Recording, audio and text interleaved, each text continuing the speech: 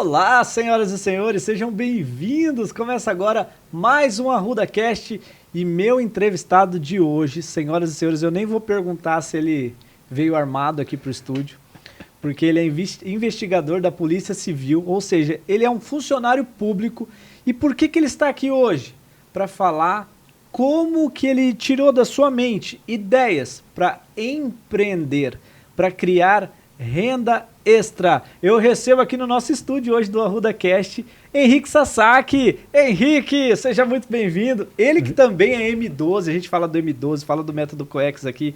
Ele que foi nosso mentorando e hoje está desbravando o mundo virtual, está sendo referência na internet. Seja bem-vindo, Henrique. Muito obrigado, muito obrigado. Boa tarde, pessoal. Tudo bem com vocês? Mais uma vez, obrigado pelo convite, Rafa, né? A gente estava já há algum tempo, né? A hora que você começou a ArrudaCast, já ergui a mão porque eu queria participar, para poder compartilhar tudo que eu aprendi nesses últimos anos. E vamos lá. Olha só, às vezes a gente vê... A gente estava até falando nos bastidores que normalmente tem o estereótipo da pessoa que trabalha na polícia, que gosta de falar de maneira braba, que é faca na caveira, um termo muito utilizado pelos leigos. E você é um cara muitas vezes gentil, a gente vê nas suas redes sociais, você trabalha inteligência emocional, você trabalha o desenvolvimento humano, você tem uma sensibilidade para lidar com as pessoas. Como que é? Tem dois tipos de Henrique, o Henrique que é professor, já você vai falar o que você ensina, e tem o Henrique que é policial, que trabalha lá com, você até já falou para mim, uns clientes que ninguém quer ter. Tem dois tipos de Henrique? Exatamente. Não, na verdade, realmente, falar para você que eu sempre sonhei em ser policial, eu vou estar mentindo, né? É uma coisa ali que, como eu sou formado em Direito, aí durante a trajetória dos meus estudos, eu decidi estudar para concurso público e apareceu a oportunidade no concurso na área policial. E eu não tinha amigos, né, na minha roda na época, mas eu falei, achei interessante a carreira, comecei a estudar mais sobre e hoje atuo aí já faz 8 anos, né, no setor público, como investigador da Polícia Civil. Mas assim, né, igual você perguntou, eu preciso ser duas pessoas ao mesmo tempo? Não tem essa necessidade, né? Realmente eu trazer eu mesmo, né, tudo que eu aprendi e trazer isso de uma forma mais humanizada, vamos dizer, para atender os meus clientes ali, né? Cliente que ninguém quer ter. Exato. Se você não entendeu, pergunta para a pessoa que está do seu lado qual que é o cliente do investigador de polícia. Agora, você é investigador da Polícia Civil. Perfeito. O pessoal te pergunta muita diferença entre Polícia Civil e Militar, é a mesma coisa, só a farda? Exato. Que um tem farda, outro não tem. Qual que é a diferença? Essa era uma dúvida até da minha esposa, da Amanda, né? Vou mandar um beijo aí para minha esposa, Amanda, que ela, quando ela me conheceu, né, ela viu que eu estava armado tudo, ela falou assim, mas você é policial militar, né? Eu falei que era policial civil. Daí ela falou assim, pô, na cabeça dela era a mesma coisa, né? Então, vamos lá, gente. Existem diferenças, né? A polícia militar é uma polícia administrativa, ela age ostensivamente, né, na rua. Então, quando você está em situação de emergência, você liga para o 190. A Polícia Civil é uma polícia mais judiciária. Ela pega o crime depois que o crime aconteceu, aí é onde a Polícia Civil atua investigando para buscar a autoria, né? Mas às vezes eu vejo lá no seu Instagram, às vezes você está naquelas missões, sim. 6 horas da manhã, espera o relógio virar às 6 da manhã. Vocês vão bater na porta do cara também? Um dos braços, né, da Polícia Civil é o cumprimento de mandado, tanto de mandado de busca e apreensão, né? Onde a gente entra, a gente tem autorização para entrar dentro da casa do nosso cliente, né? Para achar ali materialidade de crime, ou arma, ou droga, enfim, né? De acordo com a investigação do procedimento. Ou para cumprir mandado de prisão. Se ele está com mandado de prisão aberto, então a gente tem uma autorização para entrar dentro da casa dele, dentro do horário permitido de lei, né? Então, esse é um dos papéis da Polícia Civil, né? É cumprir esses mandados judicial. Agora, vocês fazem muitos plantões, né? Às vezes você fica 24 horas, fica 48 horas. Só que aí você não tem a necessidade de trabalhar 7 dias por semana, igual o cidadão comum que trabalha das 8 às 6 ali, não é? Foi daí que surgiu a necessidade de fazer algo mais ou porque policial ganha pouco mesmo? Os dois, né? Vamos dizer. Não, mas vamos lá. É interessante sua pergunta porque realmente eu, quando eu trabalhava na escala, vamos dizer, de segunda a sexta, né? No expediente, no horário de expediente, 8 horas por semana, porque o nosso concurso é para 40 horas semanais. Então, quando você trabalha de segunda a sexta, 8 horas semanais, não sobrava tanto tempo para mim, né? Sobrava o tempo ali pós-trabalho, né? Por exemplo, eu trabalhava das 8 às 5, depois das 5 eu tinha um tempo para fazer o que eu quisesse. Se quisesse estudar para outro concurso, se eu quiser fazer uma renda extra, enfim. Mas eu nunca tinha pensado nisso enquanto eu trabalhava no expediente. Quando eu fui para a escala de plantão, a escala de plantão na Polícia Civil funciona 24 por 72. Então a gente trabalha um dia inteiro, né, 24 horas, e folgava 3 dias. Foi aí onde começou a sobrar muito tempo vago, né? E eu era casado na época, não tinha filho, então foi da onde eu comecei a fomentar. Eu comecei pensando em estudar para outro cargo, comecei a estudar para delegado, mas eu já ajudava muitos amigos meus a estudar para concurso público. E eu vi que, eu auxiliando eles, alguns começaram a passar em alguns concursos. E eu falei, olha só, né? Eu estou ajudando e realmente isso estou entregando valor e transformando a vida deles, né? Foi onde eu tive um insight, uma ideia de, falei assim, que eu não pensei em começar a dar aula, então, mas só que eu não sabia como teria uma didática para eu ensinar isso para uma outra pessoa. Foi daí onde eu comecei a comprar cursos, né? Comprei cursos, comprei o Érico Rocha, Fórmula de Lançamento, comprei cursos do pessoal da minha área mesmo, fiz uma pesquisa, né, de mercado. Foi onde eu fiz até algumas sessões com psicólogos que faziam isso com adolescentes que estavam estudando para medicina. Então, eles faziam esse acompanhamento lá e cobravam caro. Eu fiquei até assustado. Eles cobravam R$800 para ter 1 hora por semana com o aluno para ver o que o aluno está fazendo. Eu falei, só por que você está fazendo isso? Eu ficava questionando o aluno. Eu achei interessante, né? E foi dali que surgiu esse insight. Falei, pô, peraí, mas hoje você acha caro ainda ou não? Hoje? Não. Na época você achava caro. Na época eu achava caro. Porque pode ser a decisão de uma vida, né? Exatamente, exatamente. E a gente realmente, no meu nicho, a gente não trabalha só para ele ter mais segurança, mais estabilidade. A gente trabalha por um sonho. Geralmente, quem quer se tornar policial, ele não vem só pelo salário, né? Hoje, para você ver, a média de um concurseiro na área policial, a média de idade, né, é de 30 anos. Por quê? Ele segue uma carreira, ele tem uma formação, né? Ele trabalha lá durante 10 anos nessa profissão e ele não está contente com aquilo. Aí onde ele vira a chave e fala assim, pô, né? Ele começa a ganhar grana, ele vê que não é só isso. Então ele volta lá aquele sonho de infância, onde o sonho dele sempre foi ser policial, mas por crenças, né, limitantes, que limitaram ele, ou, né, ou um curso superior que o pai que queria, era o sonho do pai ele fazer, ou não, o sonho do pai era trabalhar em tal profissão e ele realiza o sonho do pai, mas o dele fica morto. Então tem muita gente, depois de 10 anos de carreira, ele vem migrar para o concurso público, carreiras policiais, porque ele realmente quer realizar um sonho, né? Olha só. Então, pera lá, você passou no concurso, você estudou, você viu que o seu método de estudo pessoal era eficaz porque você ajudou algumas pessoas. Sim, sim. Aí você falou, poxa vida, isso aqui pode virar um negócio, uma outra fonte de renda. Perfeito. Foi aí que surgiu, então, o seu método de ensino para as pessoas passarem em concursos. Eu queria que você explicasse. Então, vamos porque lá. aí nós chegamos num ponto que tem ligação, que você ensina lá fora tem a ver com o que você faz hoje na polícia. Perfeito, perfeito. Eu comecei com um nicho específico da Polícia Civil do Paraná, né? Comecei a atender só o pessoal de acordo com o meu concurso. Só que depois que eu comprei lá o curso do Érico Rocha, tudo, né, na forma de lançamento, ele abriu minha mente para justamente eu gerar essa autoridade dentro de um canal. Né? E na época eu escolhi o Instagram. Poderia ter escolhido o YouTube, como alguns amigos meus eles não têm tanto engajamento no Instagram, mas se você vai ver lá no perfil dele no YouTube, tem mais de 100 mil inscritos, né? Na época eu escolhi o Instagram, onde eu trabalhei durante 3, 4 meses, né? Gerando essa autoridade, tudo. E uma coisa muito fácil que foi para mim foi gerar essa autoridade, esse posicionamento. Porque o fato de você ser policial já é uma autoridade, vamos dizer assim. Já, essa percepção a pessoa já tem de autoridade. Então, para mim, foi muito fácil para realmente a pessoa me ver como uma autoridade, mesmo não me conhecendo, né? Uhum. Então, onde eu trabalhei 4 meses isso na internet e depois de 4 meses, o meu amigo aí, o grande Paulo Bilinski, até vou mandar um abraço para ele aí, professor lá de estratégia de concurso, ele me encontrou nas redes sociais e ele precisava de alguém desse perfil para trabalhar lá no Estratégia de Concurso em São Paulo. Foi onde eu só trabalhei 4 meses aqui, né, no Paraná, e eu já tive esse turnaround, onde eu já fui direto para o maior cursinho preparatório para concurso público do Brasil. Uau! Em 4 meses que eu fui para online, né?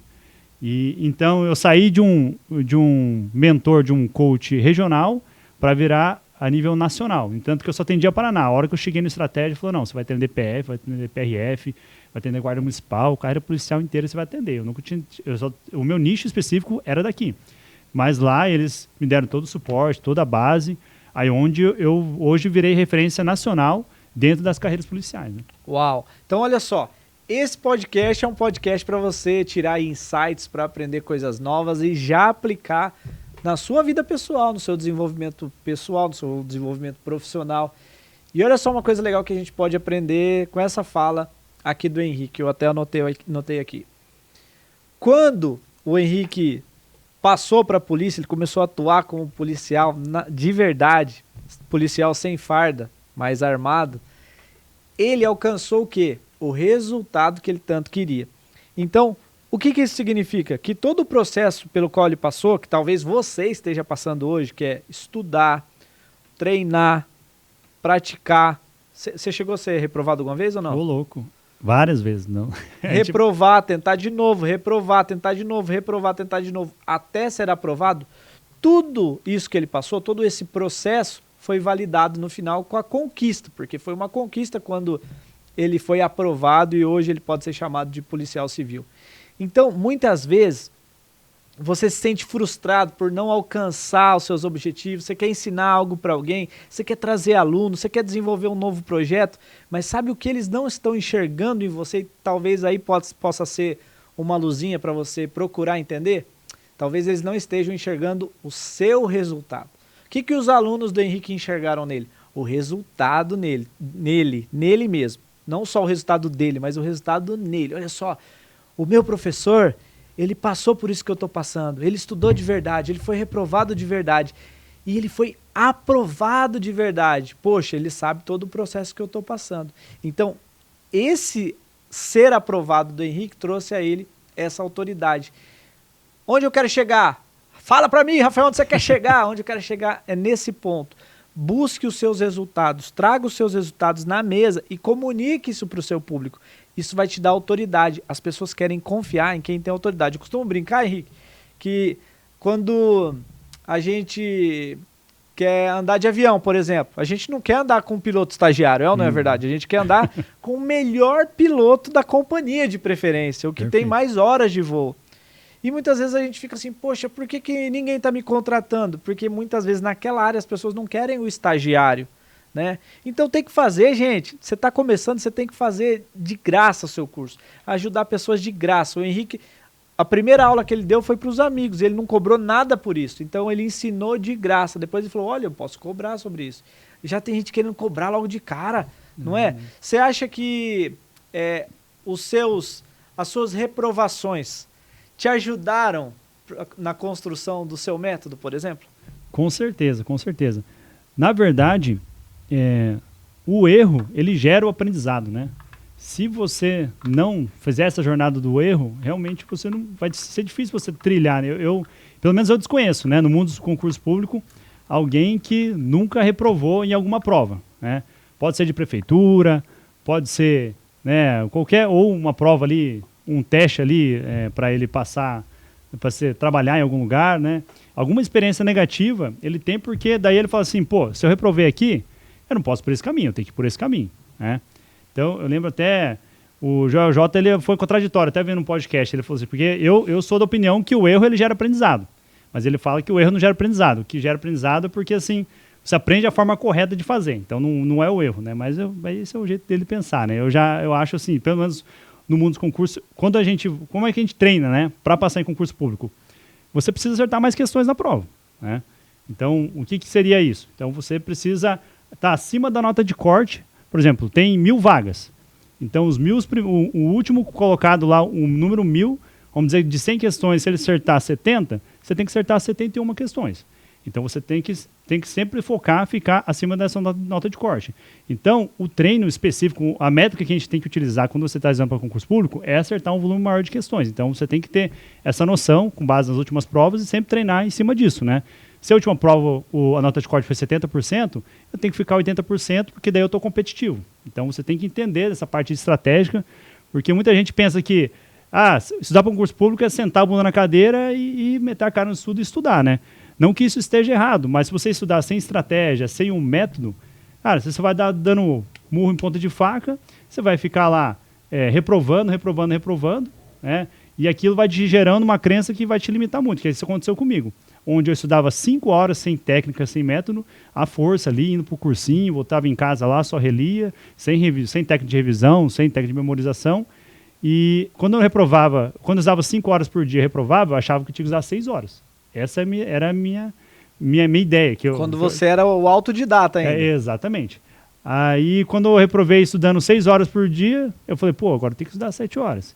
Só que daí eu reprovei de novo, falei, meu Deus do céu, onde é que vai parar esse negócio, né? Tem alguma coisa errada. Foi aí onde eu comecei a pensar, né? Teria que ter uma estratégia diferente, porque eu comecei a ver outras pessoas passando e eu vi que o esforço deles não era tão grande igual o meu. Mas aí você tem que começar a se questionar, né? Mas por que ele tem feito e que eu tenho feito, né? Então, foi isso que você descobriu. Exatamente. E o sucesso deixa rastros, né, Rafa? Então você consegue seguir o passo a passo de alguém que deu certo. E isso pode dar muito certo para você. Nem todas as ferramentas e técnicas idênticas vai funcionar, né, para um outro aluno. Mas muita coisa, ela é assim, de forma, vamos dizer, se o aluno aplicar, ele vai ter um resultado melhor em menos tempo, né? Olha só. E nas suas reprovações, você precisou de muita inteligência emocional para lidar consigo mesmo? Então, as reprovações, você pensa muito em desistência no concurso público, né? Você acha que não é para você, a frustração vem, né? E a gente tem que ter uma empatia muito grande com os nossos alunos nesse momento. Não adianta falar assim, não, né, passar a mão na cabeça, não, isso aí acontece mesmo, né? Não. Você fala assim, porra, mano, tá frustrado, tem que viver aquele momento lá. É um momento de luto, é um dia onde você tá realmente na merda ali, né? Pode até fazer o pi depois, mas... Não, vai assim mesmo. É um dia onde você tem que viver esse luto. Mas é aquilo, viveu aquele dia, chorou, esperneou, no outro dia tem que sentar a bunda na cadeira e falar assim, vamos corrigir a prova agora, vamos ver o que eu errei. Qual foi o assunto? Qual disciplina que eu tirei a nota mais baixa, né? Que eu tenho que adotar para o próximo concurso, né? O que eu preciso fazer? Onde eu preciso melhorar? E como que você lidou com as suas reprovações? Então, eu não tinha essa inteligência emocional, né? Na época, não. O que acontecia? Chegava a ficar um período de 1 mês, já fiquei 2 meses sem estudar. Que eu não conseguia pegar o caderno de novo, né? Só que o que acontecia? Eu falei, meu Deus do céu, mas se eu quiser... Porque eu não contei ali um pouquinho antes, né? Que eu fui pro Japão, né? Lá no Japão eu trabalhei 12 horas em pé por dia. 12 horas 12 horas em pé por dia durante 1 ano e meio, né? E lá é assim, o serviço é chão de fábrica, né? Não tem... Lá, se você quiser ganhar dinheiro, tem que fazer hora extra. Você trabalha às 8 horas e 3 horas, né, de hora extra todo dia. Daí eu tinha esse medo, falei assim, eu sei o que eu não quero. Eu não quero voltar mais para lá para, tipo assim, ganhar dinheiro para me sustentar, né? Como eu vi vários amigos meus que vinham para o mercado de trabalho, vinham dificuldade, depois partiam de volta para o Japão, porque lá pelo menos é um trabalho braçal, chega lá, aperta o parafuso lá, pinta a televisão, ele vai conseguir ganhar o dinheiro dele. Eu falei, isso eu não queria. Então, eu falei, não, tá difícil tudo, mas eu não tenho outra escolha a não ser estudar. E se o fulano lá que eu conheço, que para mim, na minha cabeça, não era tão inteligente, não tão esperto que eu, passou, por que eu não vou passar, né? Então, infelizmente, a gente fala para não se comparar com os outros, né, no mundo do concurso público, mas é um mundo onde você tem vários concorrentes, né? Então, não tem como você não se comparar com um concurseiro que está sentado do seu lado, né? Mas eu falo de comparar de uma forma saudável, né? Pô, o que esse cara fez? Como ele fez, né? Qual passo a passo ele seguiu? Que material que ele utilizou? Que método que ele utilizou para estudar? Você começar a se questionar, né? Porque se ele conseguiu, você também, pô, ele é um ser humano como, e mais semelhante ao criador igual eu, né? Por que eu não vou conseguir ou conquistar a aprovação também, né? Então, show. Você sabe que, você falando de fracasso, eu acabei de voltar de uma imersão lá na NASA, nos Estados Unidos, e eu preciso compartilhar isso aqui. Uhum. Teve um momento lá que me chamou muita atenção, foi uma palestra com um astronauta. E todo mundo ficou assim, poxa, impressionado que um astronauta que foi 2 vezes para o espaço, ele dedicou ali 1 hora do seu dia para compartilhar os seus aprendizados com a gente. E as pessoas acreditam demais só naquilo que elas veem na tela ali, né? O sucesso já alcançado da pessoa. Sim. E muitas vezes elas não sabem o esforço que ela fez nos bastidores. A jornada. Né? E o que você trouxe aqui foi justamente o que ele trouxe lá. E aquilo mexeu demais comigo, porque ele disse que tomou a decisão de ser um astronauta quando ele tinha 8 anos de idade, a idade do meu filho Pedro. Ele falou, decidi ser astronauta com 8 anos. Aí o que ele foi fazer? Na época, ele foi buscar o que os astronautas estavam fazendo. Ele descobriu que tinha um astronauta que escreveu um livro. E ele foi ler aquele livro para pegar as pistas, como você falou. Uhum. O sucesso deixa pistas. Uhum. E ele quis aquelas pistas daquele astronauta. E aquele astronauta disse que antes dele se tornar astronauta, ele foi ser piloto. Então ele falou, olha, eu preciso ser piloto. Aí ele foi procurar saber onde que piloto estudava, e aí ele fez um planejamento, ele foi crescendo, fez um planejamento para estudar para ser piloto, querendo ser astronauta. E aí precisava fazer uma prova para se tornar piloto, se eu não me engano, da Marinha dos Estados Unidos. E aí fez todos os testes, estudou. Dia do teste, foi aprovado ou não? Não foi aprovado.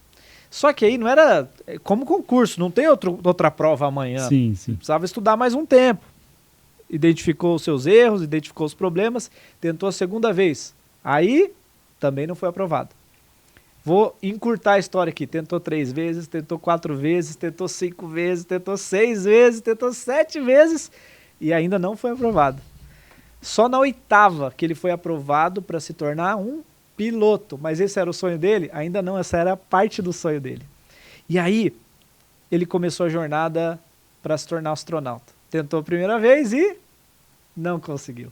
Tentou a segunda, não conseguiu. Terceira, não conseguiu. Quarta, não conseguiu. Quinta, não conseguiu. Sexta, não conseguiu. Mas na 7ª, ele foi pré-selecionado. E nessa pré-seleção, ele precisou passar 9 meses em provas e testes físicos. No final desses 9 meses, ele recebe um telefonema com a notícia de que ele Não tinha passado. não tinha passado, mais uma vez. Ele até contou emocionado que ele ligou para o filho dele, falou, filho, papai tá ligando, o filho dele pequeno, também tinha 8 anos, para te dizer que eu não fui selecionado para me tornar um astronauta dos Estados Unidos, da NASA. Ele falou, não tem problema não, papai, você tenta a 8ª. Aquela hora ali todo mundo ficou emocionado. E ele tentou a 8ª vez, ele foi aprovado. Ou seja, das 2 aprovações dele, ele tentou 16 vezes. Eu não sei como é o número nos concursos. Mas o que trouxe para ele todas essas vezes? Uma rejeição muito grande. Ele até narra que quando ele subiu e chegou na gravidade zero e ele conseguiu visualizar o planeta Terra lá de cima, ele disse que como se ele fosse lavado. E toda aquela rejeição fosse embora naquele momento. Então ele já não se sentiu mais rejeitado por todos os nãos que ele recebeu. E foi engraçado que até naquela hora ele falou assim, e eu vi que existe algo espiritual e superior lá de cima. Você vê? Num ambiente onde todo mundo só fala de ciência, ele viu Deus ali. Sim, sim, sim. Foi emocionante. Mas o que aquilo mexeu comigo? Muitas vezes nós desistimos no segundo não. Desistimos talvez no terceiro não e a gente fala assim, isso não é para mim. Nosso cérebro acredita nas histórias que a gente conta pra gente mesmo. E nesse sentido, Henrique, eu queria que você compartilhasse com a gente. Qual que é o cenário mais comum dentro dos concursos públicos, que é essa área onde você está empreendendo hoje? De gente que já desiste na primeira tentativa, e eu queria os 2 extremos, é aquela pessoa que, nossa, não acredito, essa pessoa tentou 10 vezes, 15 vezes. Quais são os extremos aí? Você tem algum exemplo para compartilhar com a gente? Vamos lá. Entanto, quando você contou essa história para mim do astronauta, né, aquele dia lá no aniversário da sua esposa, e eu lembrei de um fato que na OAB eu reprovei 6 vezes. E eu passei na 7ª, né? Então, e toda vez, quando você reprova uma vez, beleza, 2 vezes, beleza, mas a hora que você reprova na 3ª, na 4ª, na 5ª, você já fala, acho que isso aqui não é para mim, né? Você começa a se questionar mesmo, né? Mas vira uma questão, para mim virou uma questão de honra mesmo, passar na OAB, né? E, no entanto que na 6ª vez, eu fui lá, eu sabia que ia passar, né?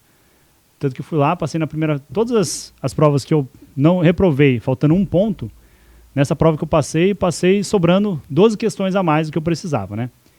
Aí, só que daí eu reprovei na 2ª fase, porque na OAB são 2 fases, né? Primeira a prova objetiva e a 2ª fase a prova subjetiva. E eu reprovei na 2ª fase, né? Eu falei, meu Deus, esse negócio aqui não é pra mim mesmo não, né? Só que daí na 7ª vez que eu fui fazer, eu não estudei pra primeira fase, passei na primeira fase, né? Na risca. E na 2ª fase eu não gabaritei, mas de 100 pontos eu tirei 90, né? Então, o que eu vejo assim no mundo dos concursos públicos, né? Hoje, a realidade é a reprovação. 99% dos concurseiros hoje reprovam. Então, a gente tem que entender... Só 1% passa? Só 1% passa. 1%? 1%. Olha para você ver. O concurso da Polícia Civil do Paraná mesmo. Teve 100 mil inscritos, né? 100 mil inscritos. para 400 vagas. Né? Aí, em vista da pandemia, aconteceu um monte de coisa, já teve uma abstenção de 55%. Tinha um pouquinho mais de 100 mil inscritos. Eu sei que foram fazer a prova 55 mil candidatos. E desses 55 mil candidatos vão ser selecionados 400 melhores, né? Para o cargo de delegado, para o cargo de investigador e cargo de papiloscopista, né? Então, se você vê, né, Rafa, a realidade é a reprovação. Então, você ser reprovado em mundo concurso público não pode ser lidado com uma coisa sobrenatural, uma coisa assim, exceção. A exceção, a regra, é você ser aprovado. Mas o que eu vejo, né, vamos dizer que então, tem... Boa. Então, a aprovação é uma exceção. É 1% do meu nicho. Caramba! Por isso que, no meu nicho também, né, você ser mentor de concurso público é uma coisa muito difícil.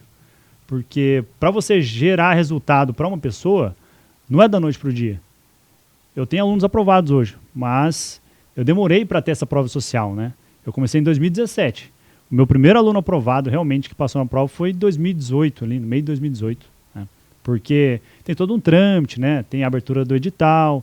Da abertura do edital até a prova, tem um gap ali de 2, 3 meses.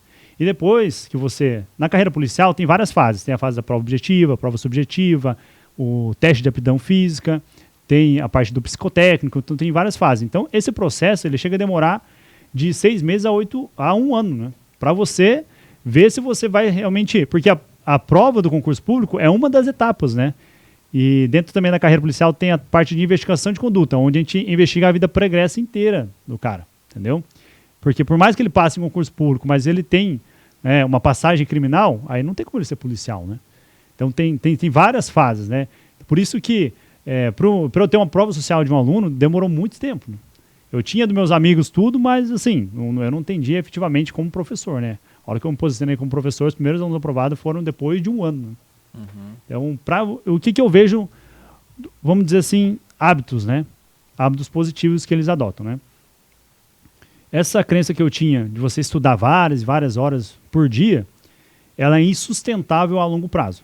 Então, mais vale você ser um estudante consistente, né, onde você tem uma carga horária que você vai cumprir todo dia, do que você ser... pensa comigo, né? Só para ficar mais fácil a ilustração. A prova de concurso público, ela não é uma maratona de 100 metros.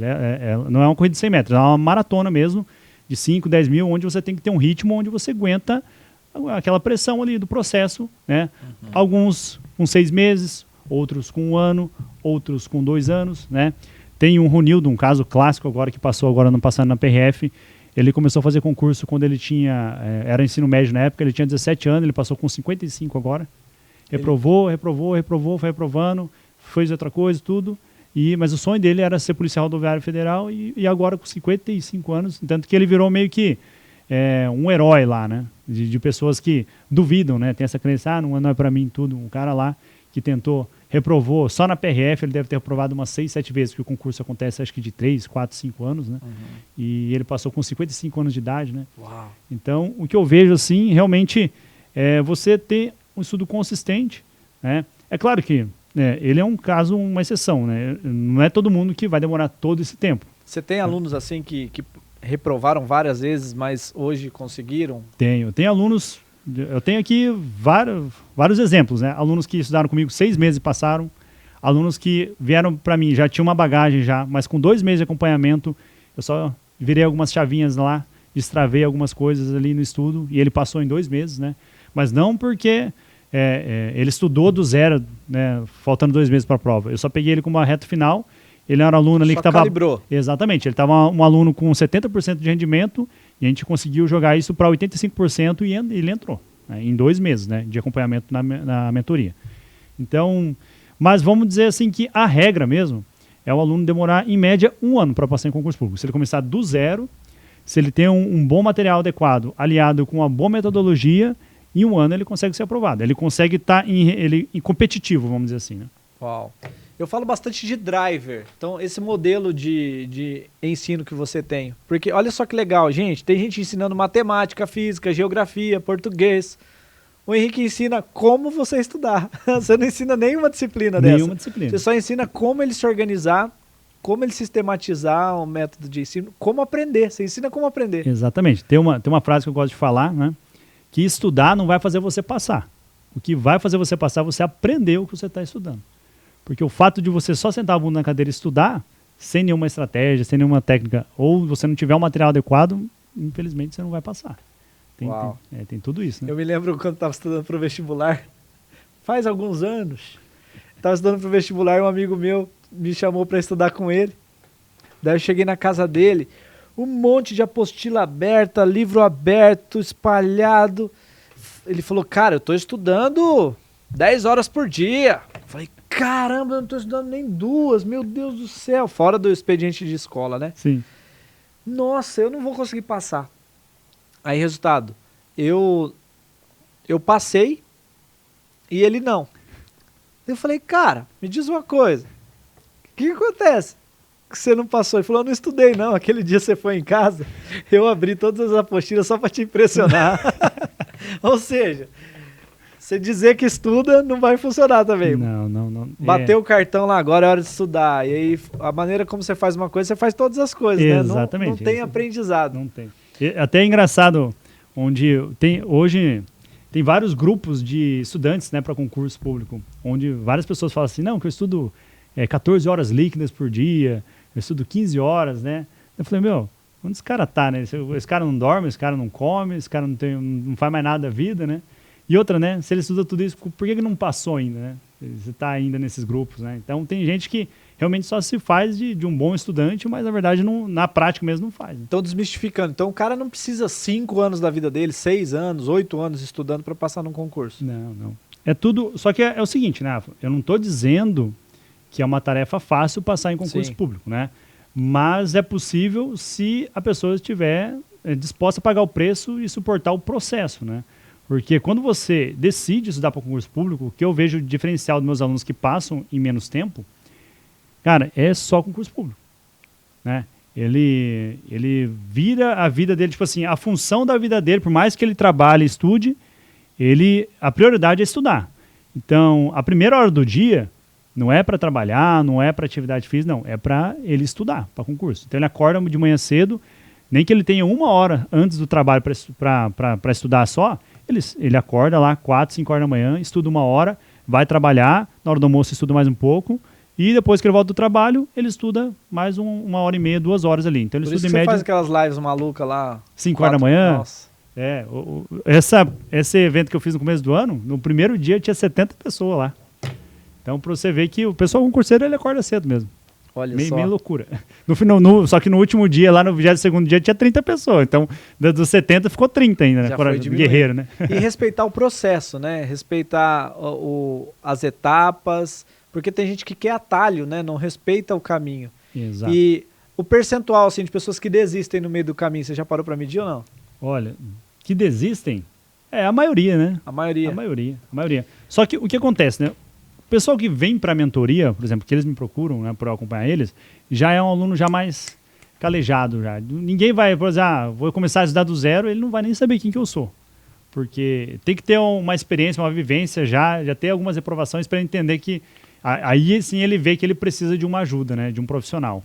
Porque no começo ele compra o material, ele acha que vai estudar 3 meses e vai passar, né? Agora, como que é na cabeça de um funcionário público empreender? São duas coisas opostas, eu diria assim, para você Exato.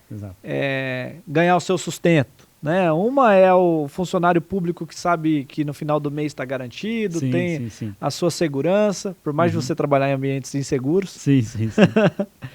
Como que é esse negócio do empreender, que você tem um mês que é bom, tem outro mês que não é tão bom assim? Sim. Então vamos lá, né? Quando eu iniciei essa jornada dentro do empreendedorismo, né, era para foi, vamos dizer assim, necessidade mesmo.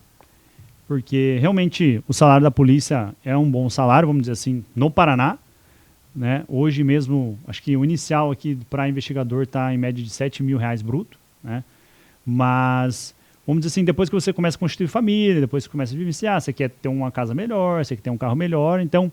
Esses bônus, infelizmente, o salário da polícia não dá conta, né? Então é onde eu, assim, se eu quisesse realmente ter, né, essas coisas que eu sempre sonhei e tudo, eu teria que empreender, né? Foi aí onde, né, eu acho que todo mundo começa por necessidade mesmo, né?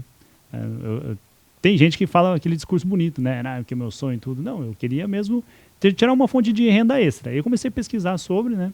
E dos insights durante esse processo foi quando eu estava no delegado, surgiu, né, que eu ajudava meus amigos, daí eu falei, acho que dá certo isso daqui, né? E aí eu comecei a estudar, né? Primeiro fazer esse autoconhecimento para ver se realmente eu tinha também, não adianta nada eu querer fazer isso e não ter vocação para aquilo, né? Era uma coisa que eu sentia prazer em fazer, porque quando você realmente ajuda uma outra pessoa e a outra pessoa tem resultado, nossa, e aí você conseguir empacotar isso dentro de um produto e conseguir ainda, né, ganhar dinheiro ajudando a outra pessoa, para mim foi uma fórmula fantástica, né?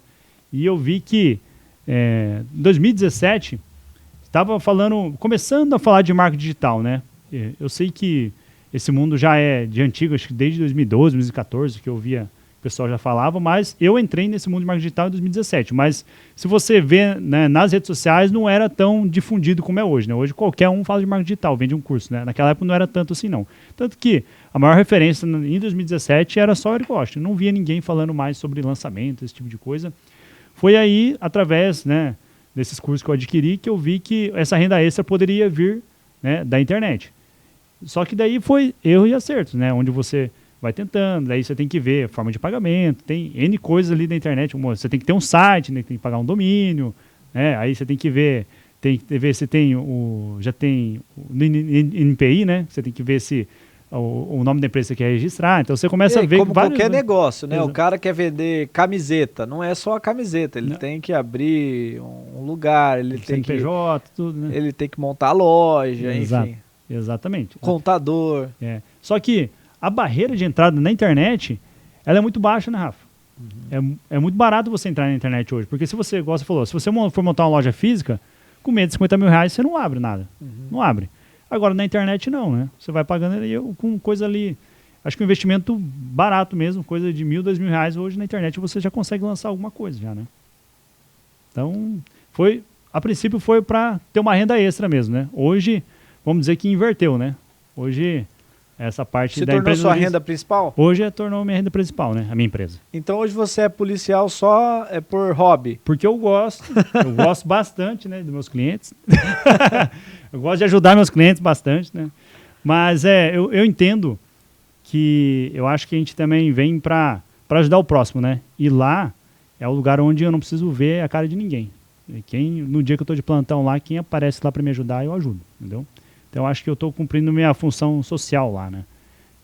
Tudo que chega lá, independente de quem está entrando pela porta da delegacia ou na operação, sempre trabalhar de uma forma ali respeitosa, né? Nunca esculachando ninguém, né?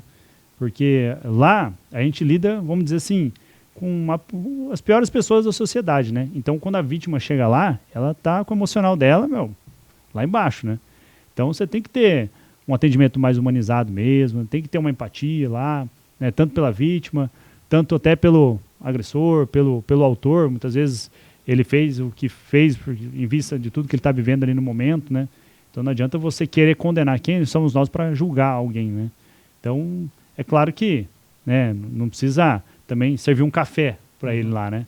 Mas também tratar como um ser humano qualquer ali, né, sendo sempre muito íntegro, muito ético ali e respeitoso, né? Joia. Ali você vive sua missão. Exato. Me diz uma coisa, dentro desse processo você tinha mentores, só que aí a chave virou e você passou também a ser mentores de outras pessoas. Perfeito. Dentro de uma jornada, de um processo, você trabalha muito com pessoas que estão no meio de um processo.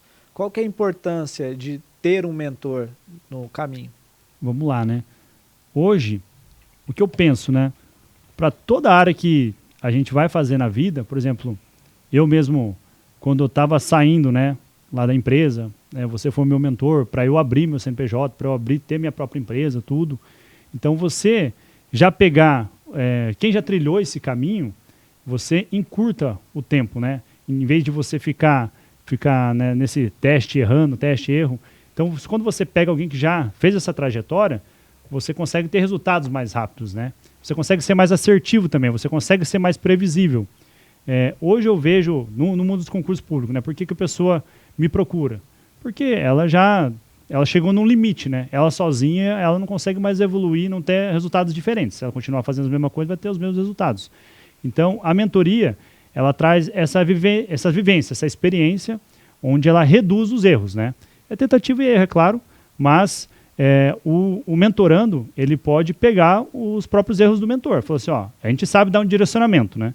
Ó, não vai por esse caminho que vai dar errado, vai por esse caminho que é o caminho mais correto, vamos dizer assim, né? Não existe atalho, mas tem um caminho que a gente sabe o caminho certo para trilhar, para ele ter resultados, né, mais rápidos, né? E dentro desse processo, como que você, o Henrique, busca mentores? Por exemplo, para cada uma das áreas você tem um mentor diferente. Olha, esse aqui é especialista em marketing digital, esse aqui é especialista em desenvolvimento humano, esse aqui é especialista em concursos. Você tem mentores diferentes que você vai bebendo de fontes diferentes? Sim, perfeito. Eu, como comecei agora a pensar escalar mesmo a empresa, né, essa área realmente empresarial, vamos dizer assim, eu procurei mentores do meu nicho daí agora, né? Tanto que tem o Gilberto Augusto, o Janguier Diniz, são pessoas que vieram da área da educação, né? O Gilberto Augusto, ele tem uma escola, ele é dono de uma escola, uma das maiores do Brasil, para vestibular. É né? mesmo? Então, por isso que eu já sigo ele há algum tempo, né? Ele é professor também. E o Janguier, ele tem um grupo, chama Ser Educacional, né? Que é um grupo de faculdades. Uhum. Então, são empresários que deram muito certo, né? Já trilharam esse caminho para empreender, mas dentro da área educacional. E como eu quero também expandir, né, no meu nicho, né, de concurso público, né, dentro da educação, então procurei mentores da área que empreende e já faturo milhões aí hoje, então tem que seguir os passos os que eles já trilharam, né, não ficar errando à toa aí. Que legal. Aí, ó, não tenta fazer tudo sozinho. Você pode modelar pessoas, eu não quero falar copiar, mas você pode modelar pessoas que já pisaram na lama. Aí você pode, o que o Henrique falou aqui pra gente, você pode aprender com o erro delas. A gente aprende com o nosso erro muito mais, só que com o nosso erro muitas vezes a gente sofre com eles. Mas a gente pode olhar para o erro do amigo, o erro de alguém que já alcançou o resultado e aprender com eles. A gente está falando bastante a palavra resultado. No começo, você falou aqui do resultado que gera autoridade. Mas a gente chegou num outro ponto aqui. Talvez você não tenha tanta assertividade, convicção para falar do seu produto, do seu serviço, para abrir o seu negócio, porque talvez uma coisa esteja faltando, você alcançar, encontrar ou visualizar o resultado naquilo que você faz. E quando você alcançar isso, o resultado vai ser o remédio para passar essa dor que talvez você esteja sentindo. Quando a gente tem medo de abrir um negócio, quando a gente tem medo de vender um produto, a gente não vai conseguir vender para ninguém. A gente não vai conseguir convencer ninguém. E o tempo todo, quando a gente abre um negócio, um projeto, uma empresa, a gente precisa convencer as pessoas de que aquilo é bom, ou não é verdade? Mas como é que a gente vai convencer as pessoas se a gente não se convence? Se eu não me convenço? Então, o primeiro passo para eu convencer pessoas, para me comunicar isso com clareza, com convicção, é eu convencer a mim mesmo. E eu só vou conseguir convencer a mim mesmo quando eu enxergar o resultado naquilo que eu faço. A mente do Henrique explodiu, pelo que ele compartilhou com a gente, quando ele viu amigos usarem o método dele, que até então ele só compartilhou de coração. Mas ele enxergou aquele resultado. Quando ele enxergou o resultado que era real, poxa, isso foi o remédio. Olha só, eu tenho pistas aqui. E ele passou a usar isso. E contra fatos, não há argumentos. Perfeito. Talvez você precise ver fatos daquilo que você faz. Se você está numa transição de carreira, querendo abrir mão de um projeto que te deixa numa bolha, numa zona de conforto, você precisa enxergar resultados daquilo que você pretende fazer. Faz sentido ou tô maluco, Henrique? Faz total sentido. Ô, Rafa, fala um pouquinho, você que tem essa parte de inteligência emocional mais aguçada, né? Ele já inverteu aqui, mas sobre o propósito, né? Porque eu vejo muito... agora vamos falar mais na parte do empreendedorismo, né? As pessoas, elas querem fazer essa transição de carreira, mas é uma palavra muito batida hoje, propósito, mas é muito vago também, né? Uhum. Porque não tem uma definição certa, né? Tipo, cada um tem um entendimento sobre isso, né? O meu entendimento, pelo menos eu vou falar, o que eu posso falar com autoridade é o que aconteceu comigo. O meu propósito foi, né? Claro, é muito bonito falar assim, ajudar o próximo, mas ajudar como, né? Uhum. E o meu caso, eu identifiquei meu propósito a partir do momento quando as pessoas começaram a me procurar pelo um valor que eu gerava para elas, né? Então foi aí que veio esse insight do concurso público, porque como eu passei, aquilo gerou uma confiança na pessoa. Então as pessoas, de forma natural, vinham me procurar. Eu não enxergava isso em mim, né? E quando eu comecei a passar esse conhecimento para elas, eu vi que estava dando resultado, né? Então, como a pessoa, né, hoje, ela poderia, eu vejo todo mundo falando assim, você quer fazer uma transição de carreira, você tem que encontrar seu propósito, né? Mas aí joga isso no colo da pessoa. Eu sei, tá, e aí, o que eu vou fazer, né? Qual que é a definição que você fala? Você tem alguma coisa assim, uma fórmula para a pessoa encontrar? Já eu chego aqui. Ah, então vamos lá. Já eu chego aqui, Vamos lá. mas eu quero usar isso. Tem uma brincadeira que eu fiz em alguns podcasts aqui. Eu vou fazer com o Henrique aqui, então. O jogo dos 7 porquês. Vou fazer um jogo dos 7 porquês. Vamos lá. Tá bom, Henrique? Vamos embora. Henrique, tem que ser resposta curta, tá? Tá, vamos lá. Por que você é policial hoje? Cumprir a minha missão. Ajudar o próximo. Ajudar o próximo? Ajudar o próximo. E por que você quer ajudar o próximo? Hoje, acho que é mais a parte de espiritualidade, né? Jesus fala para você amar o próximo, né? Ajudar o próximo. Né? Acho que mais por isso. E por que a espiritualidade é importante? Na verdade é tudo, né? Na verdade não é em função nossa, né? Eu acho que, pelo que eu estou vivendo mais hoje, o propósito é dele, né? Então é isso que ele escolheu, para mim é isso que eu vou fazer, né? Fala mais. Porque esses dias eu estava estudando, né? Lendo a Bíblia, tudo, e eles falam muito para você... Ele estava dizendo mais sobre o batismo. Eu não sou batizado, né? Só na igreja católica. Mas eles falam para você... A hora que você batiza, você viver realmente a sua missão, né? Você deixar a vida humana e viver a vida espiritual, né? Mais ou menos por aí. E eu estou me encontrando ainda, tá? Estou meio perdido, assim. Mas o que eu me encontro mais é realmente essa missão de realmente ajudar o próximo, entendeu? Mas aí eu estou usando as minhas ferramentas, né? Como eu posso ajudar, né? E por que viver uma missão é importante? Para ter vamos dizer assim, não objetivo, mas para ter... Como é que eu posso dizer em palavras aqui? Esse é o desafio, encontrar palavras. Esse é o desafio da brincadeira. Porque a missão...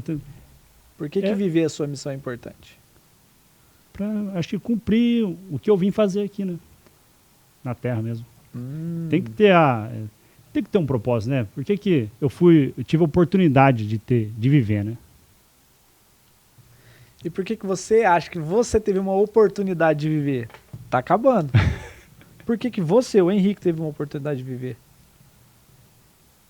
Por que eu tive a oportunidade de viver? Olha, essa pergunta é profunda, hein?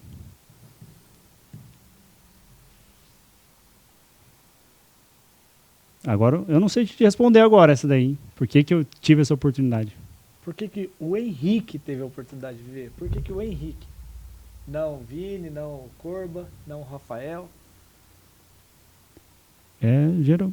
Realmente é porque tem alguma coisa que eu preciso fazer aqui, né? Eu vou só dar uma adaptadinha na pergunta. E por que tem alguma coisa que só o Henrique pode fazer? Por que tem uma coisa que só o Henrique pode fazer? Que é o sétimo porquê. O sétimo. Porque acho que só eu posso fazer. Eu fui escolhido.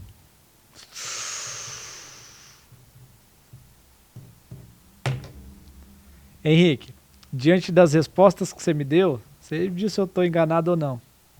Eu te perguntei, por que você é policial hoje? E a resposta que eu te dou, pelo que você respondeu, é porque você foi escolhido para isso. E tem coisas que a Amanda, sua esposa, não pode fazer, seu filho não pode fazer, tem coisas que o Rafael não pode fazer, tem coisas que só o Henrique pode fazer. Não tem como terceirizar. E essa vai ser a sua motivação para acordar todo dia, para estudar mais cedo que todo mundo, talvez dormir um pouquinho mais tarde, Esse vai ser o teu combustível para enfrentar medos, enfrentar adversidades, ter inteligência emocional apesar das circunstâncias, porque tem coisas que só o Henrique pode fazer, e é só uma missão. E para você eu tenho certeza que missão dada é missão cumprida. Perfeito. Aqui está seu propósito. E você me trouxe uma resposta sem a gente combinar. Que a sua resposta não é o salário que você tem no fim do mês, não é a estabilidade. Segurança, que é um dos valores que o concurseiro procura, né? É porque você foi escolhido. Então, quando a gente vai a fundo nos porquês, nos nossos porquês, talvez o primeiro é o mais bonito que a gente responde, o segundo é o mais bonito. Mas o último, quando a gente fala, eu não tenho mais resposta para dar, é ali que a gente pega a essência ou talvez o princípio daquilo que nos move. Muita gente tem desistido no meio do processo porque não tem o porquê claro, porque não tem a motivação certa. Tem gente que fala aí na internet, motivação não é algo bom, motivação ela é excelente. Só que ninguém vive só dessa motivação, sem a clareza, sem a devida clareza. Eu preciso sim de motivação, eu preciso sim de um motivo para a ação todos os dias. E o meu propósito vai me dar essa clareza. Respondendo a tua pergunta, aqui foi um jeito que a gente encontrou, mas o meu propósito, de uma maneira simples, não quero ficar dando volta, o meu propósito é o porquê, é o meu porquê. Por que eu faço o que eu faço? Por que eu acordo cedo? Por que eu enfrento os desafios que eu tenho? É o meu porquê. Agora, se você me perguntar como encontrar o propósito, até no meu novo livro vai ter essa dinâmica. Você que está em casa, você também pode encontrar o seu propósito dessa forma. Tem gente também que fala, ninguém encontra o propósito. Você pode encontrar, você pode revelar, você pode descobrir, enfim. Pode ter mais um propósito ou não? Oi? Pode ter mais de um propósito? Pode, mas você vai perceber que os propósitos eles estão alinhados. Eles estão alinhados. Vai ter um principal e no meio do caminho você vai trazendo outras situações, mas você vai perceber que eles têm total ligação. Eu nem sei qual que é o outro que você imaginou aí, mas eu tenho certeza que ele tem total ligação. Entendi. Tem ou não tem? Não, é porque eu vejo que acho que está alinhado, né? Porque ele pode mudar o direcionamento, mas um foco principal é alinhado a uma mesma coisa, né? Ele está alinhado, de alguma forma ele está alinhado. Olha só, a gente pode descobrir o nosso propósito por dois caminhos. Um é pela dor. Então vamos supor, a mulher que foi dar à luz a um filho e o médico estava despreparado, machucou ela e ela percebeu que era despreparo do médico e era o sonho da vida dela, ela se revoltou com aquilo, o médico machucou ela. Estou pensando num exemplo aqui agora. Tá. E aí essa mãe sofreu com aquilo, foi traumático para ela e ela passou a ser defensora do parto natural. Ou a Lei Maria da Penha, que você está acostumado a trabalhar. Perfeito. Aquela mulher teve vários traumas e aquela dor dela se transformou em uma bandeira e ela passou a salvar com o projeto dela pessoas que ela nem conhece, nem conheceu. Perfeito. E pela dor dela que se tornou um propósito da vida dela. Então ela foi escolhida, né? Ela passa a não ser vítima mais daquele problema. O que eu quero dizer com vítima? Ela não fica se lamentando, ela não fica sofrendo, travada no mundo. Ela sofreu naquele momento, como você disse, ela viveu o luto naquele momento, sim, só que ela superou, ressignificou, e aquela cicatriz que agora não causa mais dor, mas continua lá, se tornou o atestado dela, se tornou o brevet dela. A autoridade dela, né? A autoridade dela, para falar sobre aquele assunto. Como num parto. Médico nenhum, por mais que ele tenha feito milhares de partos, ele não tem a mesma autoridade que uma mãe que acabou de ter um filho. Ele sabe a técnica para tirar o bebê, mas ele nunca passou por um parto. E nunca vai saber. Nunca vivenciou, né? Nunca vivenciou, nunca aprendeu vivenciando. Então, aquela autoridade ele não tem. Então, tem muita gente hoje que teve uma dor lá atrás. Você teve uma dor de ser abandonado por seus pais ou não poder estudar. Você vai lá e abre uma escola. Então, aquela dor você ressignificou, utilizou aquela energia e desenvolveu algo para ajudar pessoas. Lembrando que todo propósito está ligado diretamente a ajudar pessoas. E o outro caminho que a gente pode buscar, a gente fala, mas eu não tenho uma dor muito evidente, como que eu vivo o meu propósito? aí entram as nossas habilidades, por nossas habilidades. Então, às vezes você tem um dom, você tem um talento, você tem uma vocação. E ali, a sua vocação, os seus dons, os seus talentos, eles te dão pistas de onde está seu propósito. Perfeito. Então, olha só, o Henrique perguntou aqui para mim, Rafael, mas posso ter mais de um propósito? E eu falei para ele, se você tem mais de um propósito, eles têm ligações. Normalmente essas ligações são nas habilidades. A habilidade que um propósito tem, o outro propósito que você descobriu ou gosta, tem uma habilidade que é só sua. E são nas habilidades que a gente vai entender porque tem coisa que só o Henrique pode fazer, porque tem coisa que só o Rafael pode fazer e tem coisa que só você que está em casa ou do carro onde você estiver, só você pode fazer. Por isso que a gente vive hoje no mundo da abundância, não é? Não da escassez. Eu não vou ensinar tudo que eu sei, porque senão vão me copiar, eu deixo de existir. Não, eu tenho que ensinar tudo que eu sei, porque tem gente que vai se conectar só comigo, tem gente que vai se conectar só com você e tá tudo certo. Então, olha só, teve um dia que a Gabi gosta de cantar, vou te dar um exemplo. A Gabi gosta de cantar, ela canta super bem. Só que a Gabi hoje, ela atende pessoas. Ela falou, Rafael, mas como que a minha habilidade de cantar tá dentro da sala quando hoje eu atendo alguém? E aí a gente começou a buscar a observar as habilidades que um cantor precisa ter para cantar. Ele precisa ouvir bem, ele precisa ter sensibilidade, ele precisa entender de ritmo, ele precisa trazer emoções. São todas habilidades necessárias que alguém na posição dela de ajudar pessoas precisa. Então, aparentemente, um cargo pode não ter ligação com o outro. O que um cantor tem a ver com um educador parental? Nada a ver. Mas se você vai na essência das habilidades, eles estão conectados.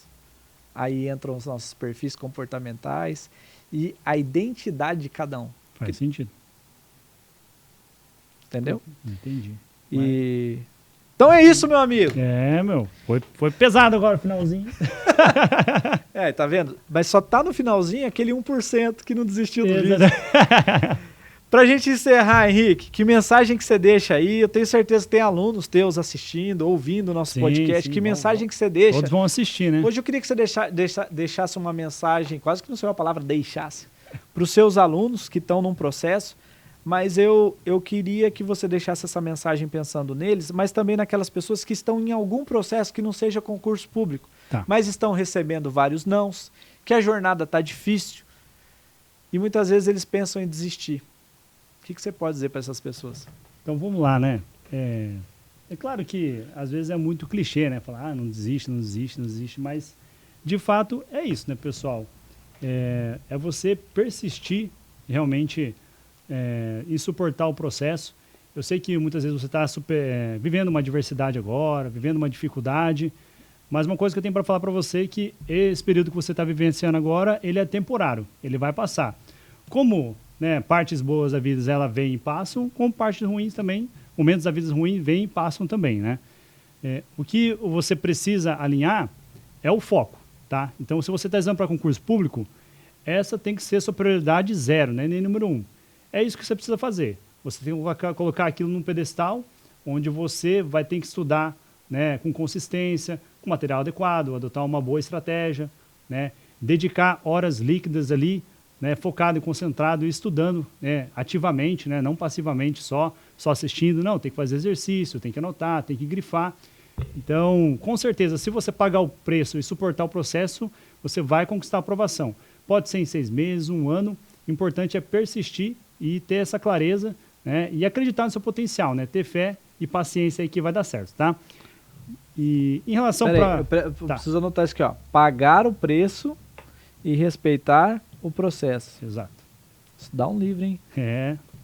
E para o pessoal, né, que está no empreendedorismo igual a nós, hoje eu vejo você que tem essa facilidade para criação, você tem que começar a estudar, tem que adquirir novas habilidades, né, e encontrar realmente o teu propósito, porque hoje eu vejo, né, tanto o Rafa quanto eu, no empreendedorismo, a gente é muito bom para criar coisas, né, e trazer isso, remunerar isso de alguma forma, né.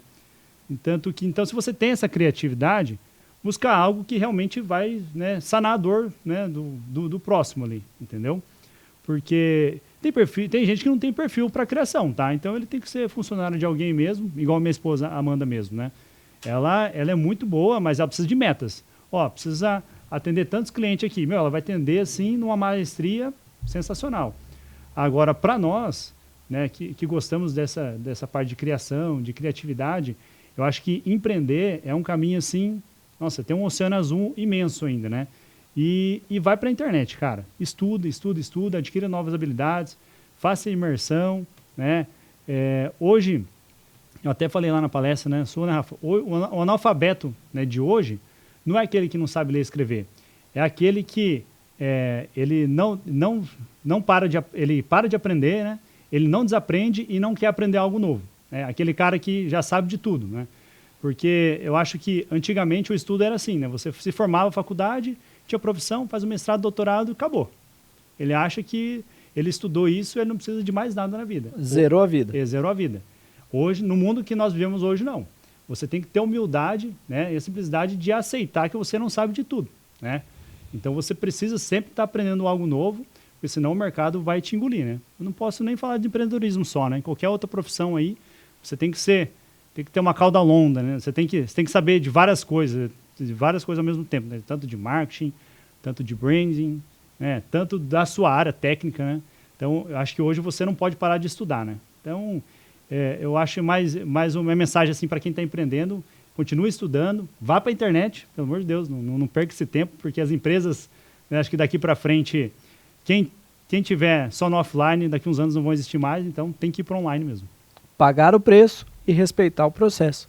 Henrique, quero agradecer a sua presença, desejar muito, muito e muito sucesso para você ainda. Estou acompanhando de perto e deixe seu contato aí pro pessoal. Instagram. Opa, vamos lá. Instagram, pessoal, para quem quiser me seguir, é inv.henriquesasaki, tá? Então, @inv.henriquesasaki e YouTube, só por lá Henrique Sasaki você já vai me achar, beleza? Então me segue lá, qualquer dúvida que você tiver em relação aí a concurso público, pode me mandar lá também, carreira policial, enfim, sobre empreendedorismo, estamos aí para ajudar vocês. Muito bem, e a gente fica por aqui no nosso ArrudaCast, mais uma edição do ArrudaCast. Se você quiser ou quer ainda ver mais episódios, nós estamos no Spotify, que você pode só ouvir no carro, olha que beleza, e você pode ver também no meu canal no YouTube. Não deixa de curtir, compartilhar, engaja aí com a gente, hein? Você é o meu convidado, tem muito assunto legal sobre desenvolvimento profissional e comunicação. Vou ficando por aqui, a gente se vê na próxima. Tchau! Tchau, Henrique. Valeu, obrigado, Rafa.